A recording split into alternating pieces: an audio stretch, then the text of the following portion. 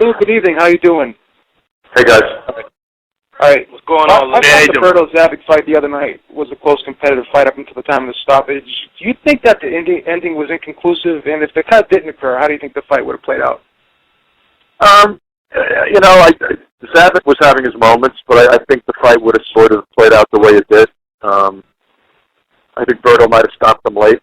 But that being said, who knows? I mean, Zabic is a good fighter. I mean, rough guy, but he was getting busted up, and even if it was allowed to continue, I think at some point there would have been a TKO.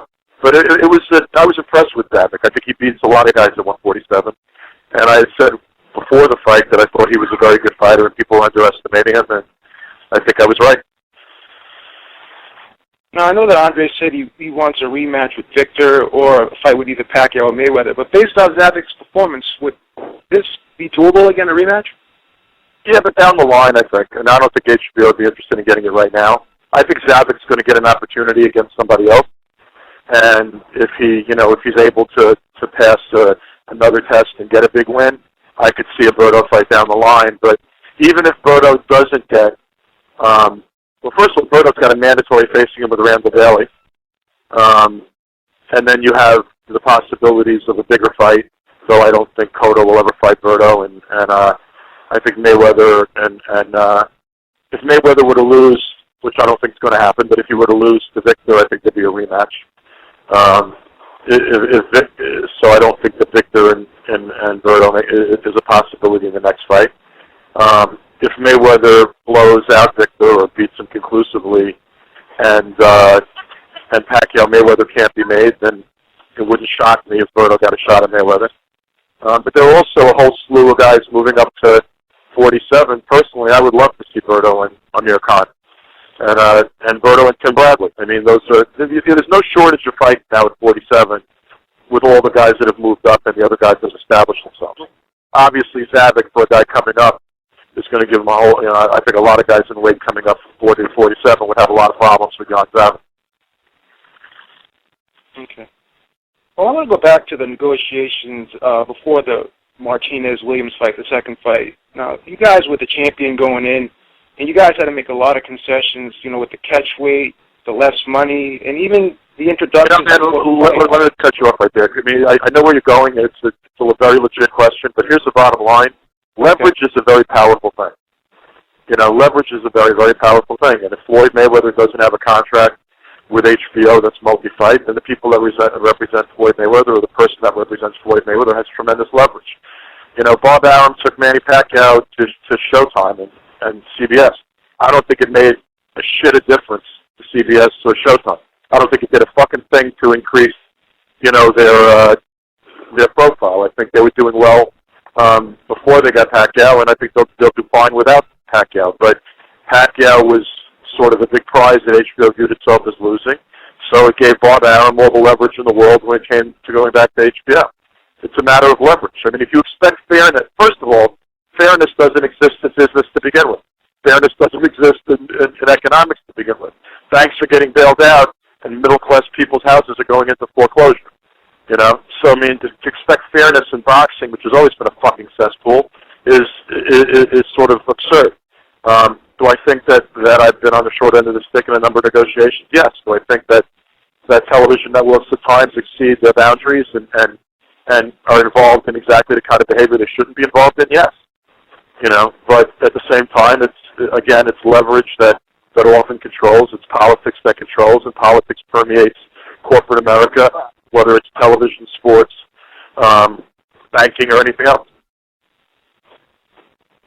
Now, it seems like boxing's becoming bigger in the West Coast as opposed to the East. So you've been trying to bring it back. You know what, man? I think that's overstated. I think that's bullshit, too, to be honest with you. Okay. They're not drawing big numbers. They're still giving away tickets at the casinos in Vegas. I mean, yeah, a Mayweather fight or a Pacquiao fight will sell well, or a huge Mexican matchup will sell well. But, it's a fallacy to say that it's doing better on the West Coast. What is true is we're losing Latino fans less quickly than we're losing African American and Caucasian fans. Now, that being said, as Latinos assimilate here and as they become English speaking and whatever, they're getting more into the sports that are here, and it's not just soccer and boxing, and we're losing them too. But we're losing fans. Period. The idea, no one wants to face it. It blows my mind because a lot of times it's also the press or the media, you guys that don't want to face the fact, hey, it's a good year for boxing. No, it's not. No, it's not. It's not because we're not developing new fans, and our fans are getting older. And part of the reason why you'll never see boxing on network TV, never, is that our demographic is antithetical to an advertiser. Advertisers need to sell young people. Those are who's consuming the goods. And the demos for UFC were such that Fox paid $1 gazillion for them. I guess my point was I'm just noticing that there's more shows out there as opposed to the East, because I'm from the East Coast, and I used to go to the Mohegan Sun Foxwoods, and I was at the Berto Ortiz fight, and I saw you there. Great show, great job with that. But I just don't see it as much as back in the 90s. There was more shows. Well, you have to remember something. One is if you're promoting in New York City, which is obviously the capital of the country, really, the capital of the world, the most expensive place on earth to promote. So I'm the only person running. DeGuardia runs some shows here, and apparently Golden Boy's going to try to do something in Brooklyn at a big arena regularly, and let's see how that works. But I do Broadway boxing here regularly, but it's very, very expensive to promote in New York City, and as a result of that, the number of club shows has definitely dwindled. I think it's less expensive in California. There are more. There are areas of California that are completely distinct. So there's a boxing following in Sacramento. There's a boxing following in the Bay Area. There's a boxing following in L.A.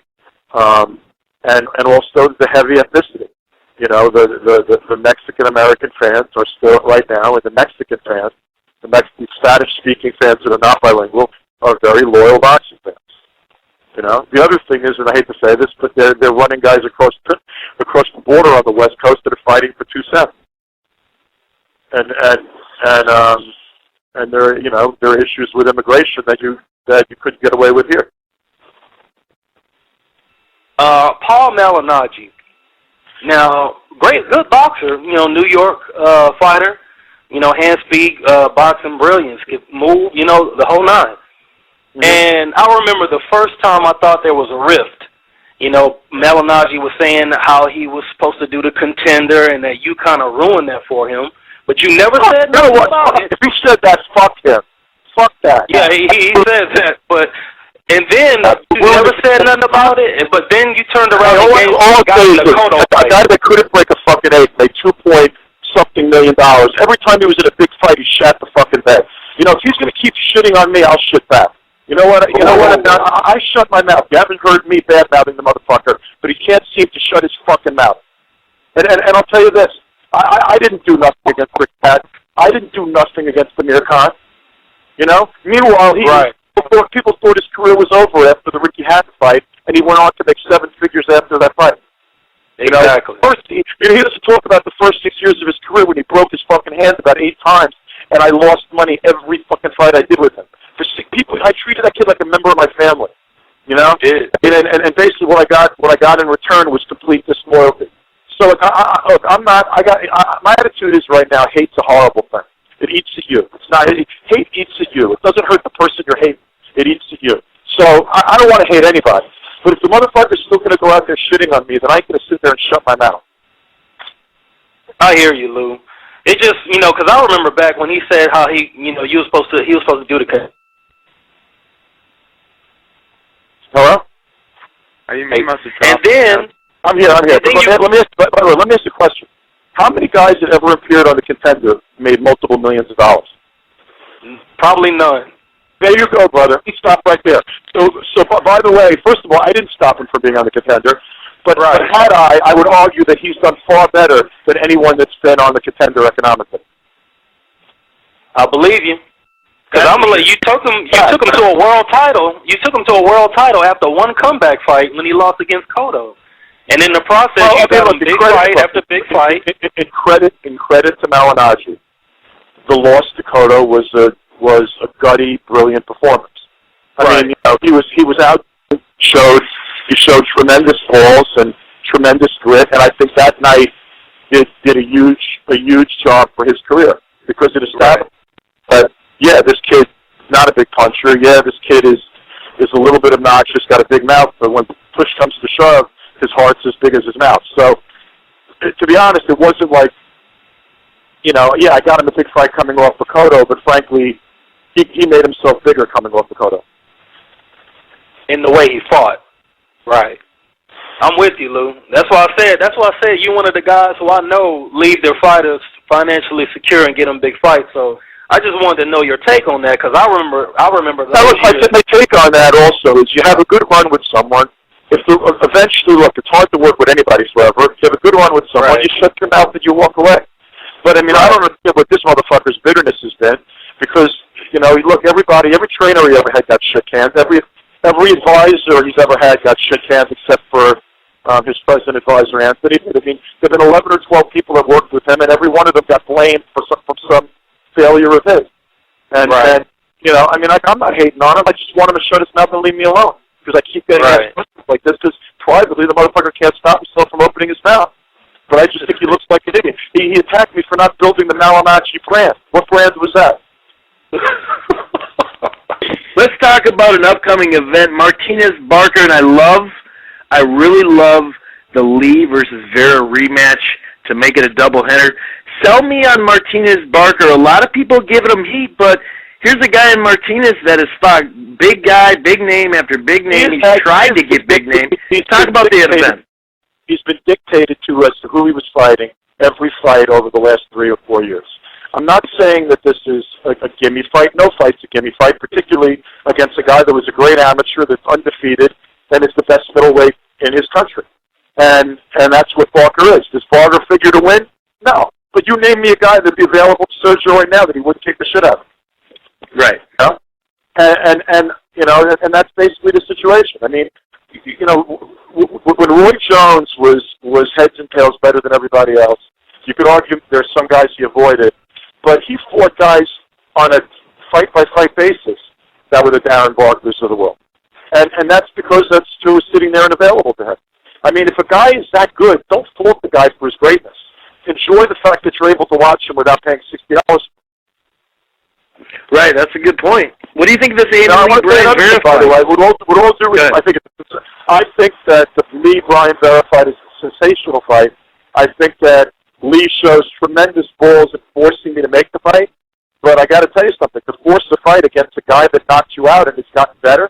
I mean, Lee's taking a huge chance. So I love that fight, and that's one of those fights that cannot help but be a good fight in the ring. There's no way in the world that fight won't be a good fight in the ring. And you know what bothers me a little bit right now about the fights we're making in boxing in general is that it's not rocket science to figure out what's going to be a good fight. A guy that runs backwards doesn't make good fights. I don't give a fuck how talented it is or how many guys like you or the freaks that follow Dan Rayfield think a guy's talented. If he does jogs backwards like he's a track star, that's not entertainment, man. And go through history. A lot of the great fighters that people remember were not the best pound-for-pound guys. They weren't the most physically talented. Gaddy, Ward, Graziano, LaMotta, Basilio, DeMarco. I can go through a list on and on and on.